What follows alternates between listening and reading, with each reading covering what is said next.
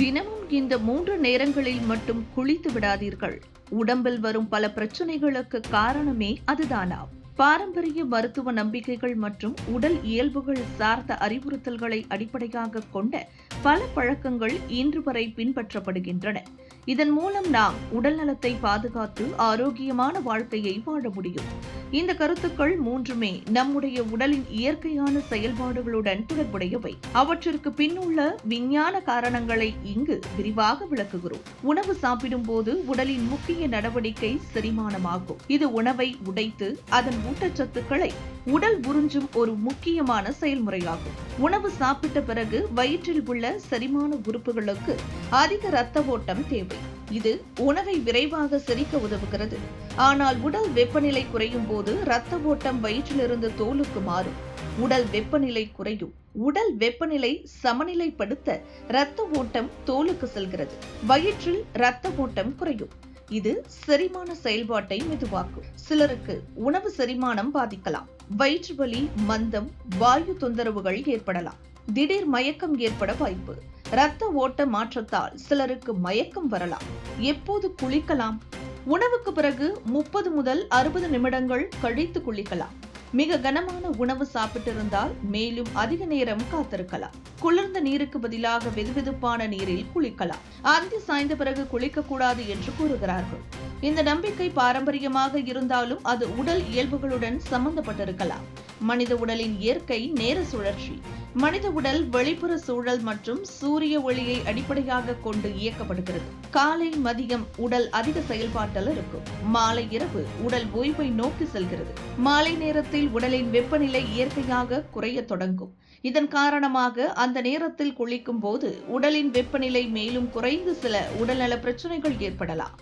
அந்தி சாய்ந்த பிறகு குளிக்கும் போது ஏற்படும் பிரச்சனைகள். உடல் வெப்பநிலை திடீரென குறையும். இதனால் சிலருக்கு சளி, இருமல், தலைவலி போன்ற பிரச்சனைகள் ஏற்படலாம். இரத்த அழுத்த மாற்றம். சிலருக்கு இரத்த அழுத்தம் குறையலாம் அல்லது அதிகரிக்கலாம். தூக்க கோளாறு. சிலருக்கு இரவில் தூக்கம் முறையாக வராமல் இருக்கலாம். மூட்டுவலி. குறிப்பாக முதியவர்களுக்கு இரவில் குளித்தால் மூட்டுவலி அதிகரிக்கலாம். மாலை நேரத்தில் வெதுவெதுப்பான நீரில் குளிக்கலாம். மிக குளிர்ந்த நாட்களில் மாலை இரவில் குளிக்க தவிர்க்கலாம். உடலுக்கு ஏற்றதாக சூழ்நிலையை பொறுத்து குளிக்கலாம். தண்ணீர் குடித்தவுடன் உடலின் வெப்பநிலையில் சிறிய மாற்றங்கள் ஏற்படலாம்.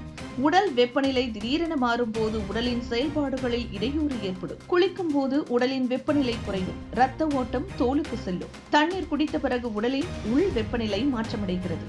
உடனடியாக குளித்தால் இந்த வெப்பநிலை மாற்றம் வேகமாக நடக்கிறது.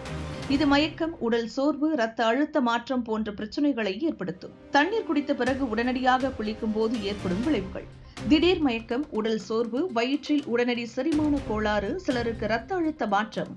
எப்போது குளிக்கலாம்? தண்ணீர் குடித்த பிறகு 15 முதல் 20 நிமிடங்கள் கழித்து குளிக்கலாம். உடல் வெப்பநிலையை கண்காணித்து தேவையான முன்னெச்சரிக்கைகள் மேற்கொள்ளலாம். வெதுவெதுப்பான நீரில் குளிக்கலாம். அதிகமாக குளிர்ந்த நீரை தவிர்க்கலாம். உணவுக்கு பிறகு 30 முதல் 60 நிமிடங்கள் கழித்து குளிக்கலாம். மாலை மற்றும் இரவில் குளிக்க விரும்பினால் வெதுவெதுப்பான நீரை பயன்படுத்தலாம். தண்ணீர் குடித்தவுடன் உடனடியாக குளிக்காமல் சில நிமிடங்கள் காத்திருக்கலாம். குளிர்ந்த நாட்களில் இரவு நேரத்தில் குளிப்பதை தவிர்க்கலாம் அல்லது வெதுவெதுப்பான நீரில் குளிக்கலாம். உடல் சூழ்நிலை, வயது, ஆரோக்கிய நிலை போன்றவை பொருத்தமாக உள்ளதா என்பதை கருத்தில் கொண்டு குளியல் முறைகளை மாற்றிக்கொள்ளலாம். இந்த அறிவுறுத்தல்கள் அனைத்தும் உடலின் இயல்புகளை கவனித்து ஆரோக்கியத்தை பாதுகாக்கும் வகையில் பரிந்துரைக்கப்படுகின்றன. ஒவ்வொரு நபரின் உடல் தனித்தன்மை வாய்ந்தது என்பதால் உங்கள் உடலுக்கேற்ப உகந்த முறையில் குளிக்கும் பழக்கங்களை ஏற்படுத்திக் கொள்ளலாம். குறிப்பாக உணவுக்கு பிறகு உடனடியாக குளிக்காமல் இருக்க வேண்டும். மாலை அல்லது இரவு நேரங்களில் குளிக்கும் போது வெதுவெதுப்பான நீர் பயன்படுத்துவது நல்லது. தண்ணீர் குடித்தவுடன் உடனடியாக குளிக்காமல் சிறிது நேரம் காத்திருக்க வேண்டும். இந்த நெறிமுறைகளை பின்பற்றுவதன் மூலம் உடல் ஆரோக்கியமாகவும் உற்சாகமாகவும் இருக்கும். இதுபோன்ற முக்கிய நிகழ்வுகள், அரசியல் தகவல்களை ஆழமாக மாறுபட்ட கோணத்திலும் அறிந்து கொள்ள மறக்காமல் பாரத் மெயில் 24 பக்கத்தை பின்பற்றிக் கொள்ளுங்கள். உங்கள் ஒவ்வொரு ஆதரவும் இதுபோன்ற பல நிகழ்வுகளின் பின்னணியை அறிய உதவும்.